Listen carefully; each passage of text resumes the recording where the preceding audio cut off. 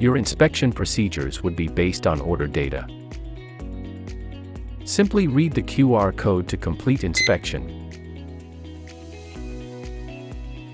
Or, for unlabeled boxes, use a handheld terminal with an OCR function to read information necessary for inspection. Then print ingredient labels from the data just captured, and apply the labels before putting away for storage. Scan QR codes on the shelf and package to register the storage location. Inventory data can be sorted by ingredient, lot, expiry date, location, or item type. Scan the QR code to register ingredient information into the system.